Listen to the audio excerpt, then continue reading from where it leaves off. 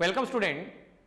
आज का हमारा टॉपिक जैसा कि हमने टेंजेंट गैल्वेनोमीटर पढ़ा और टेंजेंट लॉ को सीखा, वैसे हमारे पास में एक और डिवाइस है जिसका नाम है डिफ्लेक्शन मैग्नेटोमीटर।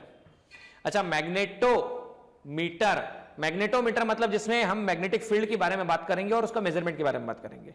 ये भी एक तरह से काम करता है टेंजेंट लॉ के बेस पर। और टेंजेंट लॉ क्या कहता है, तो एक बार फिर से रिकॉल कर लीजिए। टेंजेंट लॉ कहता है, एज पर टेंजेंट लॉ, कि अर्थ के मैग्नेटिक फील्ड में किसी एक मैग्नेट को सस्पेंड कर दो और उससे परपेंडिकुलर मतलब देखो, यह है अर्थ का मैग्नेटिक फील्ड यहां से यहां तक, ठीक है। इसकी डायरेक्शन ये रही ऊपर की तरफ। अब इससे परपेंडिकुलर एक मैग्नेटिक फील्ड लेके आ जाओ, ये देखिए एक परपेंडिकुलर मैग्नेटिक फील्ड। तो क्या है, शुरुआत में जो मैग्नेट अफेक्ट हो रहा था वो केवल सिंगल फील्ड के कारण अफेक्ट हो रहा था, ये इसी डायरेक्शन में अलाइन हो रहा था।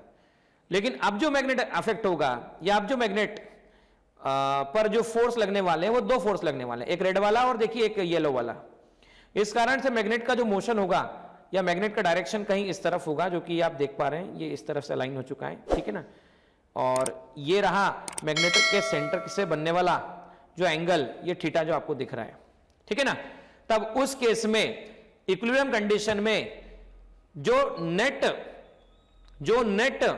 टॉर्क बैलेंस होता है, उसकी इक्वेशन से एक रिलेशन मिलता है जिसे हम कहते हैं B = BH tan theta, B external = BH tan theta. यही लॉ यूज किया जाने वाला है डिफ्लेक्शन मैग्नेटोमीटर में। देखिएगा यहां पर क्या कहा गया है इस लॉ में कहा गया है, देखिए यहां पर आपके पास में एक मैग्नेटिक कंपास, एक बॉक्स होता है, और ये जो आर्म्स बनी होती है ये वुडन सब्सटेंस की आर्म्स बनी होती है।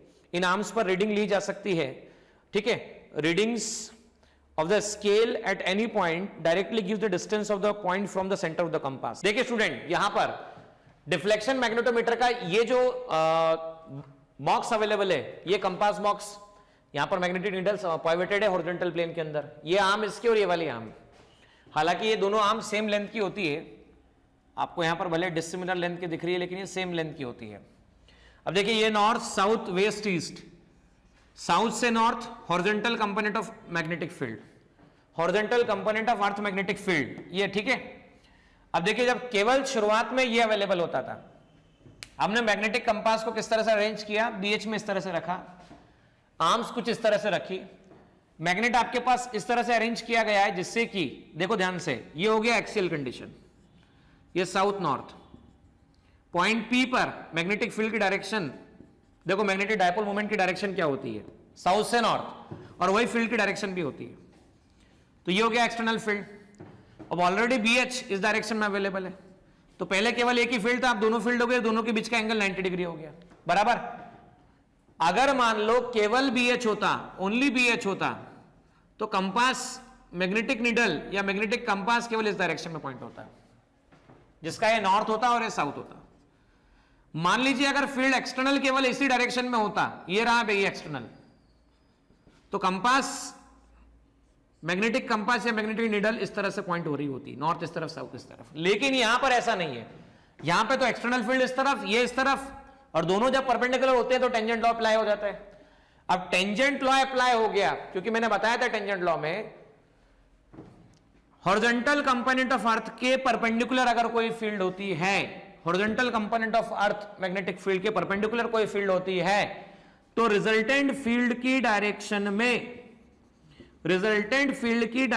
में जाकर कौन ठहर जाता है, कौन सस्पेंड हो जाता है, कौन पाइवटेड रुक जाता है, तो मैग्नेटिक कंपास।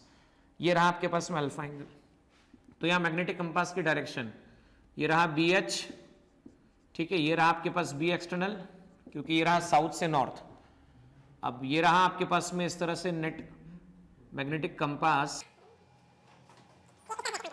बट यहां से थीटा बना लो, यहां से थीटा बना लो, कोई भी बनाया जा सकता है। अब ये देखो कौन सी कंडीशन हो गई, ये हो गया centre of this short bar magnet, उसका एक्सियल कंडीशन। तो हम ये बात जानते हैं BH tan theta = B external, तो ये आ गया एक्सियल कंडीशन। अब एक्सियल कंडीशन में हम जानते हैं अगर R की वैल्यू बहुत ज्यादा बड़ी होती है L के रिस्पेक्ट में, तब क्या होता है, तब हम लिखते हैं μ0/4π 2m/r3, इसे ऐसा लिखा जाता है, that is equal to BH tan theta.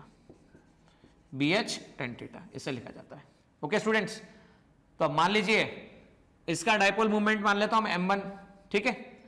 अब इसका डायपोल मोमेंट हम लोगों ने m1 निकाल लिया, ये BH tan थीटा आपके पास अवेलेबल है। इस पोजीशन को tan A पोजीशन कहा जाता है। इस पोजीशन को कौन सी पोजीशन कहा जाता है? tan A। और इसे कहा जाता है tan B पोजीशन। तो tan B पोजीशन का मीनिंग क्या निकलेगा समझिएगा। ये रहा नॉर्थ साउथ, तो ये रहा हॉरिजॉन्टल कंपोनेंट साउथ से नॉर्थ, अर्थ मैग्नेटिक फील्ड। ये रहा आपके पास में बार मैग्नेट, ये रहा बार मैग्नेट का साउथ या नॉर्थ, तो ये रहा मैग्नेटिक डायपोल मोमेंट। ये पॉइंट इक्वेटोरियल कंडीशन की बात करें तो इक्वेटोरियल कंडीशन में नॉर्थ से साउथ ऑपोजिट फील्ड होता है, ऑपोजिट फील्ड होता है। तो ये रहा बी इक्वेटर, तो ये रहा बी इक्वेटर इस तरफ।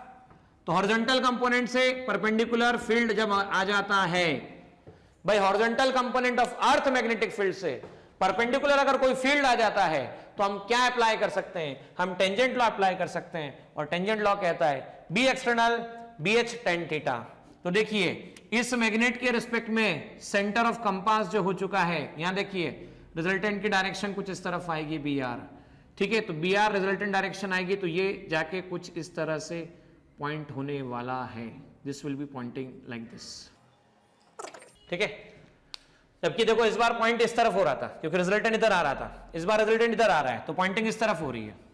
तो हम ये कह सकते हैं B external equal to BH tan theta, इसे ऐसा कहा जा सकता है। तो बी एक्सटर्नल क्या आ गया?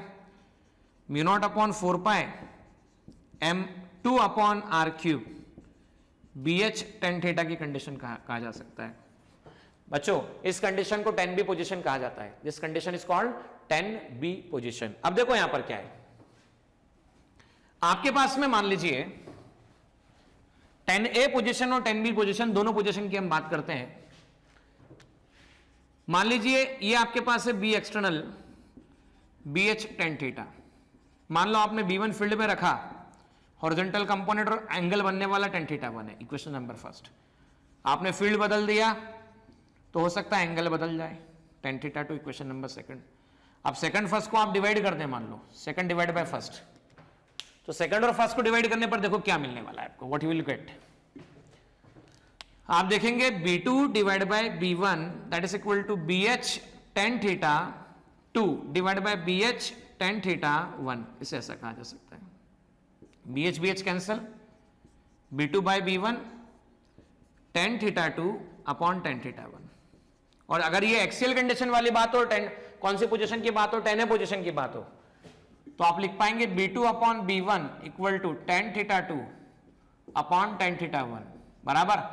आप इसे लिख पाएंगे म्यू नॉट अपॉन 4 पाई twice M2 upon R² mu naught upon 4 पाई ट्वाइस M1 अपॉन R1³। ये आगे आपके पास में tan theta 2 divide bye tan theta 1, इसे ऐसा कहा जा सकता है। सो म्यू नॉट अपॉन 4 पाई, म्यू नॉट अपॉन 4 पाई 2 ये आपके पास आ गया, ठीक है।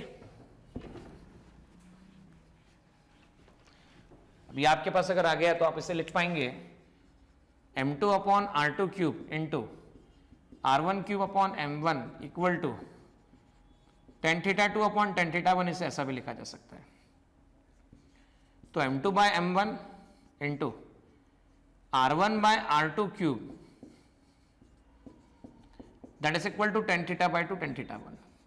तो हमें जो भी क्वेश्चन में पूछा जाएगा उसके हिसाब से हम इसे निकाल सकते हैं, इसे हम सॉल्व कर सकते हैं, इसमें हमें कोई दिक्कत वाली बात।